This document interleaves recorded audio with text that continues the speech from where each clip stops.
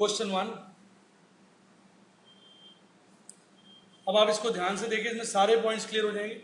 मैं इसमें आपको काफी दूर तक लेके जाऊंगा। पहली एंट्री है 1 जनवरी 2008 को राम ने बिजनेस स्टार्ट किया है 5 लाख रुपए से। तो पैसा बिजनेस में आ रहा है, कैश बढ़ रहा है, और राम जो हमारा ओनर है उसका अकाउंट क्या कहलाएगा? कैपिटल। और कैपिटल रुपी लायबिलिटी बढ़ रही है, तो एंट्री क्या हो जाएगी? Cash account debit to capital.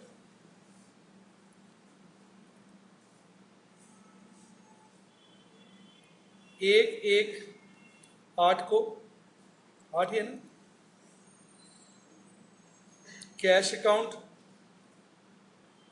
Debited to capital account, कितना?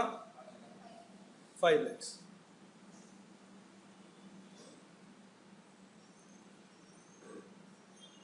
नीचे नरेशन आ जाएगी, मैं लिख नहीं रहा हूं, बोल देता हूं। Being capital brought in by the owner Ram. Clear? अच्छा, पहले एंट्रियां कर दूं पूरी, फिर अकाउंट बनाऊं या अकाउंट साथ साथ बनाऊं? पहले एंट्री है, purchase goods for 2 lakhs and paid in cash. 2 तारीख, 2/1 तारीख लिख दी।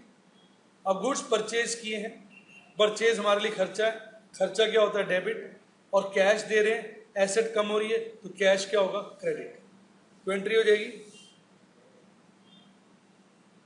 Purchase account debit to cash, नीचे नरेशन लिख देंगे, being goods purchase for cash. कितने के खरीदे? 2 लाख। डेबिट में अमाउंट आ जाएगा एक, और क्रेडिट वाला क्रेडिट में आ जाएगा। कैसा लगा?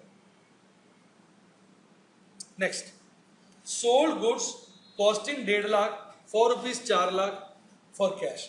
कॉस्ट का कोई यूज नहीं है उल्लू बनाने के लिए, इसको भी आप भूल जाइए। बेसिकली 4 लाख का माल बेचा है, कैश बढ़ेगा 4 लाख से, और सेल्स रुपी इनकम होगी 4 लाख। कैश बढ़ रहा है इसलिए डेबिट, एसेट बढ़ती है तो डेबिट, और सेल्स इनकम है इसलिए क्रेडिट। तो एंट्री क्या हो जाएगी? Cash account debit to sales. 3/1 cash account debit to sales 4 lakh.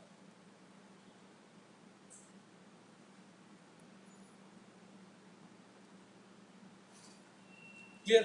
नीचे नरेशन आएंगे, being cash sales for rupees 4 lakhs। Salary paid, खर्चा है, खर्चा बढ़ेगा तो डेबिट, कैश घटेगा, एसेट घट रही है, क्रेडिट। एंट्री हो जाएगी salary account debit to cash. 4 salary account debit to cash. Narration आ जाएगी, कितना अमाउंट है? 20 लाख।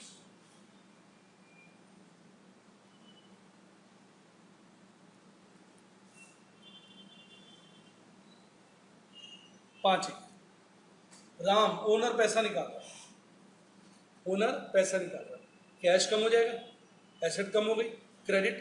क्योंकि ओनर पैसा निकाल रहा है तो हमारी जो ओनर की लायबिलिटी है वो क्या हो जाएगी? कम हो जाएगी। लायबिलिटी कम हो तो डेबिट। तो एंट्री क्या हो जाएगी? Capital account debit to cash. इसमें कैपिटल की जगह आप ड्राइंग्स भी ले सकते, पर मैं कैपिटल पसंद करता हूं। ड्राइंग्स भी ले लो तो ठीक है। कितना निकाला? 25,000। नीचे नरेशन आ जाएगी, being cash withdrawn bye partner. Right? अब हमने बारी बारी से अकाउंट खोलने, देखिए कौन कौन से अकाउंट बनेंगे?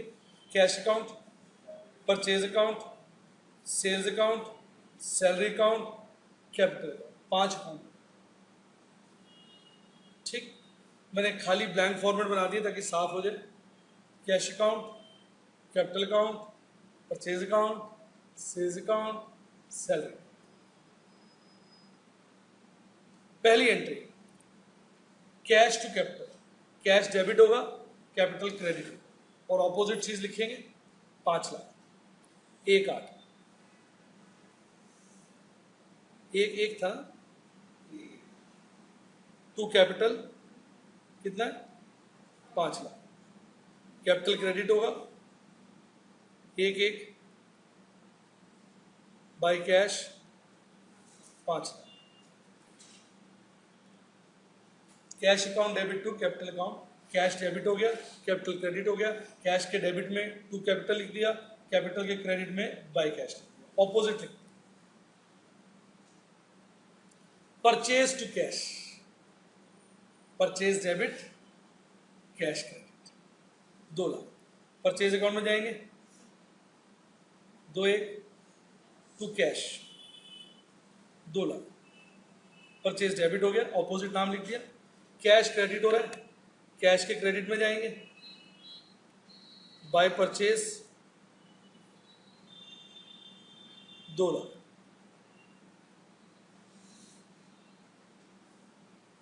Clear? Next, cash to sales, cash debit हो रहा है, सेल्स क्रेडिट हो रहा है। कैश के डेबिट में जाएंगे 3,1 टू सेल्स लिखेंगे, अमाउंट लिखेंगे 4 लाख। सेल्स क्रेडिट हो रहा है, सेल्स अकाउंट के क्रेडिट में जाएंगे,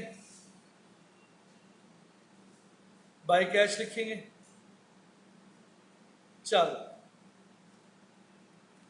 कॉस्ट का कुछ नहीं करना, उल्लू बनाने के लिए है।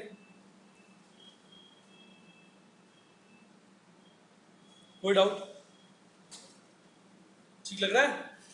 थोड़ा है पूरा? श्योर? आगे, salary to cash, salary debit, cash credit 20,000। Salary debit, salary account में जाएंगे डेबिट में टू कैश, ऑपोजिट लिखते हैं 20,000। कैश के क्रेडिट में जाएंगे, ऑपोजिट लिखेंगे बाय सैलरी 20। क्लियर? आखिरी entry, capital to cash, capital debit, cash credit. Capital के डेबिट में जाएंगे, ऑपोजिट आइटम लिखेंगे टू कैश 25,000। कैश के क्रेडिट में जाएंगे, ऑपोजिट आइटम लिखेंगे बाय कैपिटल 25,000। सारी ट्रांजैक्शन हो गई, अकाउंट क्लोज करेंगे सारे, मतलब बैलेंस निकालेंगे। कैश अकाउंट का डेबिट साइड बड़ा है 9 लाख। मान लो हमारा साल भी खत्म हो गया थोड़ी देर के लिए, 31 मार्च, 31/1 कर देता, मान लो साल खत्म हो गया, तो ये तो बाय बैलेंस हो जाएगा कैरिड फॉरवर्ड 9 लाख। 9 लाख में से 245 घटा दीजिए, 6,55,000। और ये अगले साल 1/2 को कैरी फॉरवर्ड हो जाएगा टू बैलेंस ब्रॉट फॉरवर्ड 6,55,000। मजा आया? अब ये कौन सा बैलेंस है? डेबिट बैलेंस, क्योंकि डेबिट साइड बड़ी है। तो अब हम एक ट्रायल बैलेंस भी साथ साथ सीख लेते हैं। ट्रायल बैलेंस बड़ा सिंपल होता है बेटा, 3 कॉलम बनते हैं, अकाउंट का नाम, डेबिट बैलेंस, क्रेडिट बैलेंस। तो अभी कौन सा अकाउंट हमने निकाला था? कैश अकाउंट, तो यहां लिख दिया कैश अकाउंट। ट्रायल बैलेंस में सब अकाउंट्स के बैलेंस लिख देते। डेबिट बैलेंस आए तो डेबिट कॉलम में लिख दो 6,55, क्रेडिट बैलेंस आए तो क्रेडिट कॉलम में। अभी ट्रायल बैलेंस की चर्चा करेंगे आगे। नाम ही तो लिखना है, बैलेंस ही तो लिखना है, इसमें क्या है, बात थोड़ी है। Next, capital account. Capital account की क्रेडिट साइड बढ़ी है 5 लाख। बैलेंस डेबिट साइड पे आ जाएगा 4,75 टू बैलेंस कैरिड फॉरवर्ड 31। अगले साल 1/2 को बाय बैलेंस ब्रॉट फॉरवर्ड कितना? 4,75। कौन सा बैलेंस है ये? क्रेडिट, क्योंकि क्रेडिट साइड बढ़ी है। तो यहां आ गया कैपिटल अकाउंट 4,75,000। कैसा लग रहा है बेटा, कैसा लग रहा है, ईमानदारी से बताओ। आपको अच्छा लग रहा है, ठीक ठीक लग रहा है, बढ़िया लग रहा है।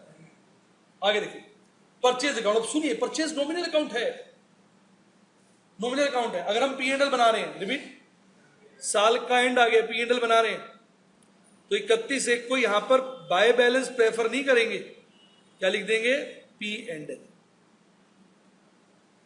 चाहे अभी थोड़ी देर के लिए बाय बैलेंस लिख दो, रिपीट, पर बाद में जब P&L बनाने बैठोगे तो बैलेंस, बाय बैलेंस काट के बाय P&L कर दो। तो रियल लाइफ में तो हम क्या करते थे, इसको बाय बैलेंस ब्रैकेट में कर देते थे, P&L लिख देते थे, भाई अल्टीमेटली ये कहां चला जाएगा, P&L, इसलिए ये कैरी फॉरवर्ड नहीं हुआ बैलेंस। आया समझ में? लेकिन अभी हम ट्रायल बैलेंस बना रहे हैं ना, रिपीट करो बेटा, तो ट्रायल बैलेंस जरा चेकिंग के लिए बनाते हैं, तो वहां तो इस बैलेंस को लिखेंगे, लेकिन यहां मैंने कैरी फॉरवर्ड वर्ड नहीं लिखा। क्यों नहीं लिखा, नॉमिनल अकाउंट P&L में जाएगा।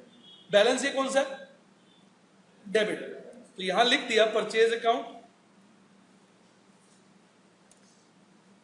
का कौन सा balance, 2 lakh, debit. Clear? Sales account कौन सी साइड बढ़ी है, क्रेडिट साइड बढ़ी, 4 लाख आ गया 31/1 को, ये भी कहां जाएगा, P&L।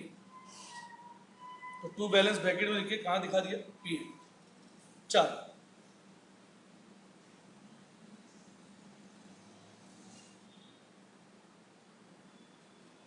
कौन सा बैलेंस है, क्रेडिट, तो यहां सेल्स अकाउंट 4 लाख का आ गया, क्रेडिट, राइट। अगला सैलरी, ये भी नॉमिनल है, 31/1 बाय बैलेंस करके क्या लिख दिया, P&L, कितना, 20। कहां आ जाएगा ये, सैलरी अकाउंट 20। ट्रायल बैलेंस जरा इसलिए बनाया जाता है ताकि हम चेक कर लें, अगर डेबिट और क्रेडिट का टोटल सेम आ रहा है तो मतलब हमारी मोटी मोटी गलती नहीं है। ऑल्दो ये कोई इंश्योरेंस नहीं कि बिल्कुल भी गलती नहीं हुई है, कंपनसेटिंग एरर्स होते हैं जो पकड़ में नहीं आते, लेकिन फिर भी काफी हद तक हमें कॉन्फिडेंस आ जाता है कि हमारा सब कुछ ठीक है। तो इसलिए मैंने जो परचेज अकाउंट है, सेल्स अकाउंट है, सैलरी अकाउंट है, उनका बैलेंस भी लिखा, क्योंकि अभी मैंने P&L नहीं बनाया, पर अल्टीमेटली मैंने बनाना क्या है, P&L। और जब मैं P&L बनाऊंगा तो मेरा जो ये परचेज है, सेल्स है और सैलरी है, जो कि नॉमिनल अकाउंट है, कहां चले जाएंगे, P&L। इसलिए देखिए मैंने इनका बैलेंस कैरी फॉरवर्ड नहीं किया। मैंने बैलेंस किसका कैरी फॉरवर्ड किया है, जो रियल अकाउंट है और पर्सनल अकाउंट है। यहां पे रियल अकाउंट कौन सा है, कैश, पर्सनल अकाउंट कौन सा है, कैपिटल। पूरा समझ में आया, थोड़ा पूरा। अब इसका डेबिट और क्रेडिट का टोटल करो, 875 और 8, इसका मतलब सब कुछ मोटा मोटा हमारा ठीक है। कैसा लगा? अब क्या होता है, क्लोजिंग स्टॉक की बात होती है, जो मैं अभी बता रहा हूं।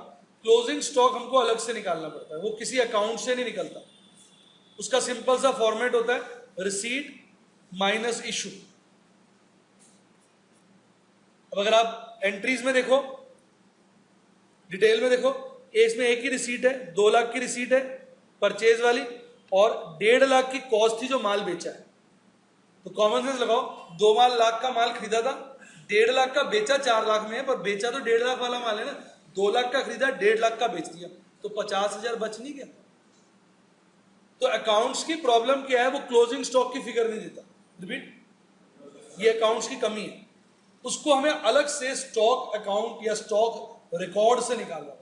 इससे निकालना पड़ता है, स्टॉक रिकॉर्ड से, जो कि मैं अलग से नीचे निकाल के दिखा रहा हूं कि रिसीट हुई थी हमारी, परचेज कितनी थी, 2 लाख, और सेल किया था हमने, उसकी जो कॉस्ट थी कितनी थी, 1.5 लाख। तो इसलिए हमारे पास अंत में कितना स्टॉक बच गया, 50। इसको हम बोलते हैं क्लोजिंग स्टॉक। तो आपने अब दो बातें नहीं सीखी जिनकी अभी चर्चा हम जारी करेंगे। एक, कि ट्रायल बैलेंस कैसे बनता है, सभी अकाउंट के बैलेंस लिख देते हैं, चाहे वो रियल हो, चाहे पर्सनल हो, चाहे नॉमिनल हो। नॉमिनल ने अल्टीमेटली कहाँ जाना होता है, P&L, पर ट्रायल बैलेंस में हम सबको लिख देते हैं। अगर डेबिट बैलेंस आ रहा है तो डेबिट कॉलम में, क्रेडिट बैलेंस आ रहा है तो क्रेडिट कॉलम। टोटल मैच हो गया तो मोटा मोटा सब ठीक है। अकाउंट्स की कमी क्या है, वो हमें क्लोजिंग स्टॉक की फिगर नहीं देता, तो क्लोजिंग स्टॉक निकालने के हमें अलग स्टेटमेंट बनाना, रिसीट माइनस इशू। अब ये चर्चा मैं कर रहा हूं, इधर देखिएगा, आप पूरा आंसर भी देख लें क्वेश्चन 1 का, कोई डाउट? वही है सब कुछ जो मैंने भी कराया, सारे अकाउंट साफ सुथरे टाइप्ड है, वही सब चीजें। ट्रायल बैलेंस स्टॉक मैंने नहीं निकाला, मैं उसकी चर्चा भी करूंगा, ये क्वेश्चन अभी सेकंड नहीं करेंगे, अब यहां बात करेंगे, 2-3 बातें सीखकर फिर हम सेकंड क्वेश्चन की चर्चा करेंगे। Goods refer to those items in which we deal, that is to sale purchase. अगर मैं फर्नीचर खरीदता बेचता हूं तो फर्नीचर मेरे लिए स्टॉक है, गुड्स है, खरीदूंगा परचेज, बेचूंगा सेल्स। पर अगर फर्नीचर इस्तेमाल के लिए खरीदूंगा तो वो एसेट है, समझे मेरी बात को, फिर वो एसेट है। If we purchase an item for self use it is an asset. अब सुनो example, car purchase by car dealer for sale, खरीद बेच के लिए कार डीलर है, कार खरीदता है कार बेचता है, कार खरीदता है कार बेचता है, तो फिर ये क्या हो जाएगा, गुड्स। खरीदोगे तो परचेज, बेचोगे तो sales. Car purchase by car dealer for use in the business, वो अपने इस्तेमाल के लिए खरीद रहा है, क्लाइंटों को ले जाना होता है, लाना होता है, तो फिर वो एसेट, तो फिर वो कहां जाएगा, व्हीकल अकाउंट। अच्छा पॉइंट लगा, कंफ्यूजन हो जाता है। तो कार जो है वो फिक्स्ड एसेट भी हो सकती है, स्टॉक भी हो सकती है। अगर हम उसके डीलर हैं तो स्टॉक है, और अपने यूज के लिए खरीदी है तो फिक्स्ड एसेट। कैसा लगा? अब ये क्लोजिंग स्टॉक की जो मैं बात कर रहा हूं, क्लोजिंग स्टॉक जो होता है वो नहीं दिया होता। From where do we get the figure of closing stock? अभी निकाला था हमने, कैसे निकाला था, रिसीट माइनस इशू। तो क्लोजिंग स्टॉक को कैसे निकालते हैं, आइए उसकी चर्चा करें। One of the biggest drawback of financial accounting is that it does not provide figure of closing stock, because in purchase account we record all items at cost। याद करो 2 लाख का खरीदा था तो परचेज में कितना दिखाया था हमने, 2 लाख, अभी जो क्वेश्चन किया। While in sales account we record all items at selling price। जब हमने 1.5 लाख का माल 4 लाख का बेचा था तो सेल्स अकाउंट में तो 4 लाख दिखाया था ना, परचेज में 2, सेल्स में 4, इन दोनों का डिफरेंस थोड़ी है क्लोजिंग स्टॉक, क्योंकि एक चीज तो कॉस्ट पे है और एक चीज सेलिंग प्राइस पे। So these accounts do not provide any help for determining figure of closing stock. इनकी मदद से नहीं निकल सकता क्लोजिंग स्टॉक। सॉल्यूशन, क्या सॉल्यूशन है इसका? For this we maintain separate records. अब अलग से रिकॉर्ड नहीं बनाया था, receipt minus issue, where we record receipts and issue at cost। receipt 2 lakh की थी कॉस्ट पे, और इशू भी 1.5 लाख किया था कॉस्ट पे, एट कॉस्ट कॉस्ट कॉस्ट, समझ लो इसको। To obtain figure of closing stock. Closing stock कैसे निकलता है, रिसीट माइनस इशू, दोनों किस पे होंगी, कॉस्ट, तब आपका क्लोजिंग स्टॉक आएगा। इसके मेथड है जिनकी चर्चा आगे आएगी। 2 मेथड होते हैं स्टॉक निकालने के, AS2 एक है काउंटिंग स्टैंडर्ड, मैंने बताया था ना काउंटिंग स्टैंडर्ड है, वहां 2 मेथड बताए गए हैं स्टॉक की वैल्यू निकालने के लिए, एक FIFO, first in first out, एक वेटेड एवरेज। तो आपको बस पता होना चाहिए नॉलेज के लिए, इसकी चर्चा आगे करें। कैसा लगा, स्टॉक समझ में आ गया? और ये इसका फॉर्मेट अभी निकाला, ये वही वाला है जो भी निकाला, देखो रिसीट में परचेज दिखा दिया 2 लाख, सेल एट कॉस्ट दिखा दिया 1.5 लाख, आपका स्टॉक इन हैंड। मजा आया कि नहीं? बेटे आपको मजा आ रहा है? सही बताओ, पढ़ने आए हो मजे करने आए? वो मजे के साथ पढ़ना है, ठीक है कि नहीं? जब इंजॉय करेंगे तो मजा आएगा ही आएगा। कैसा लगा जी? तो मैंने स्टॉक की चर्चा कर दी आपके साथ। एक मिनट जरा मैं इनको जरा सेट कर दूं एक सेकंड के लिए।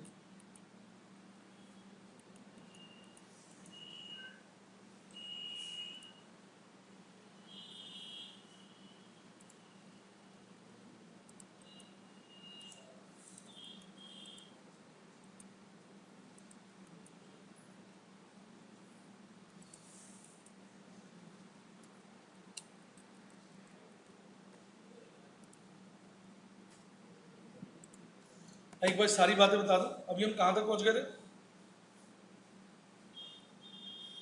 यहाँ पहुंचे थे ना, और मैंने आपका ये मैंने कराया था ना यहाँ तक आप, फिर मैंने आपको दिखा दिया प्रिंटेड आंसर, वही चीज़ है बस साफ सुथरा। ये अकाउंट हो गए, ये ट्रायल बैलेंस। फिर मैंने आपको एक चीज़ बताई, क्या? गुड्स वाली बात, कि जिसमें डील करो वो गुड्स परचेज सेल में जाएगा, और जिसको यूज करो वो ऐसे। ये बात क्लियर हो गई। फिर मैंने आपको बताया क्लोजिंग स्टॉक का पंगा, फिर मैंने उसकी थ्योरी पूरी पढ़ के समझाई। दो पॉपुलर मेथड है, कौन से? फीफो और वेटेड एवरेज। फिर मैंने क्लोजिंग स्टॉक निकाल के दिखाया, जो मैंने पहले अपने हाथ से निकाला था, अब वही टाइप 50,000, इसमें कोई दिक्कत। अब थोड़ी सी चर्चा कर लें ट्रायल बैलेंस, वो भी मैंने बना दिया था, बनाया था भी ट्रायल बैलेंस, भूल गए? दिखाऊं? भूल जाते हो, क्या बात है, धीरे धीरे बोल रहे हो। ये बनाया नहीं ट्रायल बैलेंस? अब इसके बारे में थ्योरी बताया, ठीक है?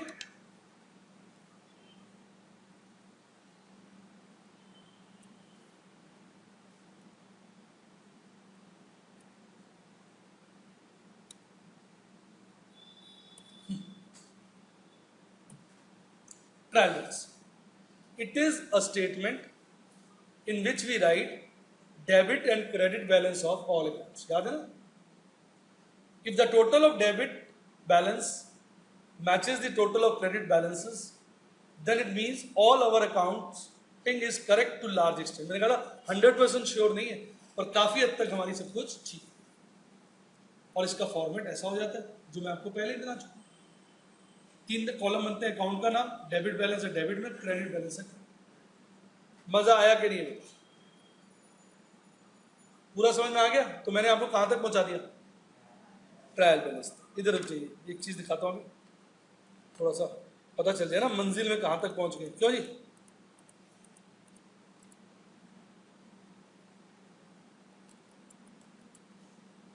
गलत कह रहे हो जी? हमारी मंजिल कहां तक आ गई? यहां तक आ गई ना मंजिल, देखो।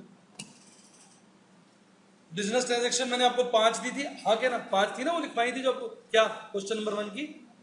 कैपिटल लाया, फिर दिखाऊं क्या? भूल जाते हो क्या? 1 तारीख को कैपिटल लाया, 2 तारीख को माल खरीदा, 3 तारीख को माल बेचा, 4 तारीख को सैलरी दी, 5 तारीख को ड्राइंग्स करी, तो वो क्या हो गई? Business transaction. फिर उससे मैंने 5 जर्नल एंट्री करी थी, याद करो। फिर उन जर्नल एंट्री से मैंने क्या बनाया था? Ledger account. फिर लेजर अकाउंट से मैंने क्या बनाया था? Trial balance. और फिर मैंने आपको क्लोजिंग स्टॉक बनाना और सिखा दिया। अब मेरा केवल क्या बच गया? बैलेंस शीट बनाना और P&L बनाना, सिर्फ ये बचा। कैसा लगा?